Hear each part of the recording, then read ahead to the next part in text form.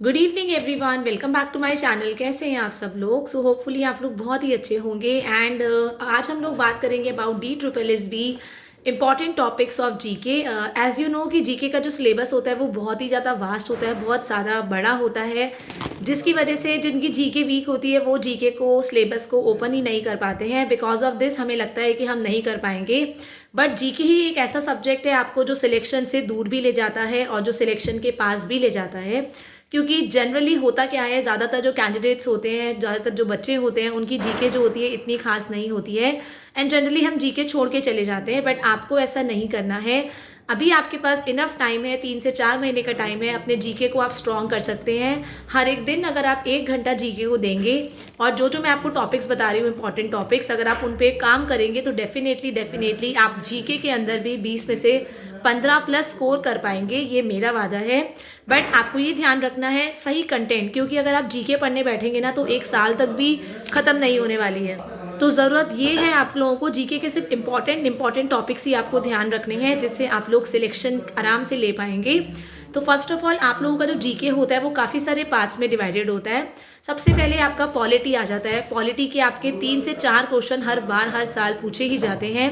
Then आपके history आ जाता है। हिस्ट्री के अंदर आपके 3 से 4 क्वेश्चन आते हैं हिस्ट्री से। देन ज्योग्राफी हमारा है, 2 से 3 क्वेश्चन आपको ज्योग्राफी के देखने को मिलते हैं। इकोनॉमिक्स से भी आपको 2 से 3 क्वेश्चन देखने को मिलते हैं। देन आपके साइंस के क्वेश्चंस होते हैं 2-3 क्वेश्चन, मतलब कोई साइंटिस्ट वगैरह कौन सा डिस्कवरर था जिसने ये चीज़ इन्वेंट करी। देन आपकी करंट जीके और स्टैटिक जीके जो हो जाती है वो आपके 5-6 क्वेश्चन आ जाते हैं। नाउ अगर आप लोग यहाँ पे करने बैठेंगे तो आपको एक एक सब्जेक्ट लेके पढ़ना है। तो सबसे पहले अगर आप लोग पॉलिटी पढ़ रहे हैं, पॉलिटी के अंदर सबसे जो मोस्ट इंपॉर्टेंट टॉपिक है दैट इज़ कॉन्स्टिट्यूशन। कॉन्स्टिट्यूशन का आपको सारी चीज़ें पता होनी चाहिए कि हमारे कॉन्स्टिट्यूशन में कितने आर्टिकल्स हैं, कितने स्केड्यूल्स हैं, कितने आपके उसके पार्ट्स हैं। ये सारी चीज़ें आपको पता होनी चाहिए। जिस टाइम पे आर्टिकल बना था उस टाइम पे उसके अंदर मतलब कितने आर्टिकल्स थे, कितने आपके स्केड्यूल थे, कितने पार्ट्स थे कॉन्स्टिट्यूशन के। कॉन्स्टिट्यूशन कब हमारा बना था, कब हमारा इनैक्ट हुआ था, मतलब कब लागू हुआ था इंडिया के अंदर, क्यों क्यों ऐसा क्या रीज़न है कि 26 जनवरी को ही रिपब्लिक डे मनाया जाता है।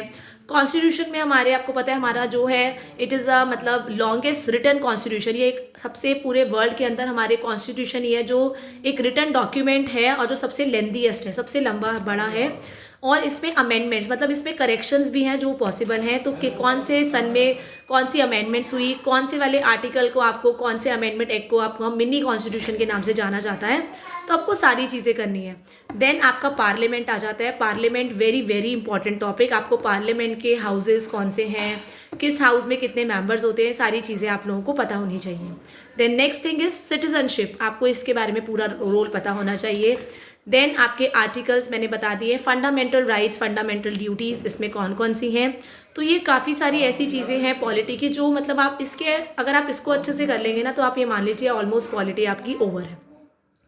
देन अगर हम लोग हिस्ट्री की बात करते हैं, हिस्ट्री के अंदर आपकी काफ़ी सारे टॉपिक्स हैं आपकी, जैसे कि मॉडर्न इंडिया हो गया। मॉडर्न इंडिया के बारे में आपको पता होना चाहिए। देन आईएनसी हो गया, इंडियन नेशनल कांग्रेस। गांधी जी से रिलेटेड जो भी मूवमेंट्स हैं आपके, सत्याग्रह मूवमेंट है या दांडी मार्च है, ये सारी चीज़ें आपको पता होनी चाहिए। देन आपके फेमस आपके जो भी आपका ये Indus valley civilisation, very important, ये हमेशा हमेशा पूछे जाता है इससे क्वेश्चन। देन आपके अकबर के बारे में, हाँ ठीक है, बाबर के बारे में। आपका बुद्धिज्म हो गया, जैनिज्म हो गया। 1857 की जो रेवोल्यूशन आया था, 1857 में जो क्रांति आई थी, वो सारी चीज़ें आपको पता होनी चाहिए हिस्ट्री के अंदर, राइट। नेक्स्ट हमारा आ जाता है ज्योग्राफी। तो ज्योग्राफी में पहले आपको इंडिया मैप, सबकी सारी स्टेट्स की लोकेशन आपको पता होनी चाहिए। देन उन स्टेट्स में कौन कौन सी रिवर फ्लो करती हैं ये आपको पता होना चाहिए। कौन सी रिवर कौन से डैम पे बनी हुई है। आपके फेमस डैम्स हो गए, कौन सा हाईएस्ट है, कौन सा लॉन्गेस्ट डैम है, कौन सा डैम कौन सी रिवर पे बना हुआ है, ठीक है। देन आपके स्टेट्स हैं तो उनके क्या क्या डांस हैं। आपके क्लासिकल डांस अलग हैं, फोक डांस अलग है, ठीक है। फेमस आपके म्यूजिशियंस हो गए, जो इंस्ट्रूमेंट्स बजा रहे हैं वो हो गए, आपको पता होना चाहिए। कौन सी फेमस डांसर है जो भरतनाट्यम के लिए फेमस है। तो ये सारी चीज़ें बहुत इंपॉर्टेंट है। देन आ जाते हैं वर्ल्ड मैप पे। आपको पता होना चाहिए बॉर्डर्स, वेरी इंपॉर्टेंट कि इंडिया अपना बॉर्डर किस किस से शेयर करते हैं। एटलीस्ट जो इंडिया से रिलेटेड है आपको सब कुछ पता होना चाहिए। देन कॉन्टिनेंट्स आ गए आपके, अर्थ के बारे में, रोटेशन रेवोल्यूशन कितने टाइम में होता है। देन माउंटेन्स आ गए आपके, ये आपको पता होने चाहिए कौन सा हाईएस्ट माउंटेन है, जिसकी रेंज बहुत ज़्यादा है। देन पीक्स हो गए, आपके ट्राइब्स हो गए, ठीक है। देन आपका इकोनॉमिक्स में आपको ज़्यादा सिलेबस नहीं करना है। इकोनॉमिक्स में आपका टैक्स सिस्टम हो गया, न्यू टैक्स सिस्टम कैसा है, आपका रिजर्व बैंक ऑफ इंडिया, इसके बारे में आपको पूरा कंप्लीट इन्फॉर्मेशन चाहिए। जीडीपी के बारे में आपको पता होना चाहिए, ठीक है। देन आपका नेशनल इनकम हो गया है, बैंकिंग सिस्टम किस तरह से होता है। देन आपके स्पोर्ट्स आ गए, कौन सी कंट्री का कौन सा स्पोर्ट्स है ये आपको पक्का पक्का पता होना चाहिए। देन T20 वर्ल्ड कप के बारे में आपको इन्फॉर्मेशन होनी चाहिए। अगर इंडिया के अंदर कोई वर्ल्ड कप खेला गया है, इंडिया, इसका मतलब इंडिया ही उसको ऑर्गेनाइज कर रहा है, ठीक है, तो आपको पता होना चाहिए कौन से सन में हुआ था। फॉर एग्जांपल आपके कॉमनवेल्थ गेम्स हो गए, ठीक है, कौन सी ट्रॉफीज़ कौन से स्पोर्ट्स में दी जाती है ये पता होना चाहिए। फुटबॉल के बारे में आपको इन्फॉर्मेशन होनी चाहिए। देन आपके जितने भी नेशनल सिंबल्स हो गए, चाहे वो फ्लैग है, चाहे वो फ्लावर है, चाहे आपका एंथम है, चाहे सॉन्ग है, ये सब कुछ आपको पता होना चाहिए। ये मैं आपको बहुत बेसिक चीज़ें बता रही हूँ जो एक मतलब अगर आप देखिए, आपको 8 तक का पढ़ना है। बेसिकली जो जनरल अवेयरनेस, मतलब जनरल आपको नॉलेज होना चाहिए। आपको उसका मास्टर नहीं बनना है, आपको सिर्फ इतना आनी चाहिए, जनरल एक बच्चे को पता होनी चाहिए। और 8 तक का सिलेबस जो है ये सारी चीज़ें को कवर कर देता है, ठीक है। देन आपकी ये पॉलिटिकल पार्टीज़ हो गई, इनके बारे में आपको पता होना चाहिए, ठीक है। आपके फेस्टिवल्स मैं आपको बता चुकी हूँ। Then international organisations, United Nations के बारे में कब ये इस्टेब्लिश हुआ, कौन सी ऑर्गेनाइजेशन, इनके हेड क्वार्टर्स कहाँ पे है ये, ठीक है। देन आपका नेक्स्ट हो गया, देन आपके नेशनल पार्क्स हो गए। आपको ज़रूर करना है कौन सा नेशनल पार्क कौन से इसके लिए फेमस है, ठीक है। ये नेशनल पार्क्स आपको पता होना चाहिए। करेंसी आपको पता होनी चाहिए कि कौन सी करेंसी कौन से कंट्री की है। ये कुछ ऐसे टॉपिक्स आप मान लीजिए। कौन सा फर्स्ट पर्सन माउंट एवरेस्ट पे गया, ठीक है। देन आपके ये स्वामी विवेकानंद के बारे में, दयानंद जी के बारे में, ठीक है, APJ अब्दुल कलाम के बारे में। तो ये काफ़ी सारी ऐसी चीज़ें हैं जो आपको टिप्स पे क्लियर होनी चाहिए। सो अगर आप इतना भी कर लेते हैं ना, आप 15+ नंबर आराम से लेके आ पाएंगे। बट आपको अपने ऊपर आत्मविश्वास रखना है, आपको अपने ऊपर भरोसा रखना है। पढ़ने का मन आई नो, क्योंकि डेट्स नहीं कर रहा होगा, बट आपको ये पता लग गया कि हमारा इस साल तो एग्ज़ाम नहीं है। आज 2 नवंबर हो गई।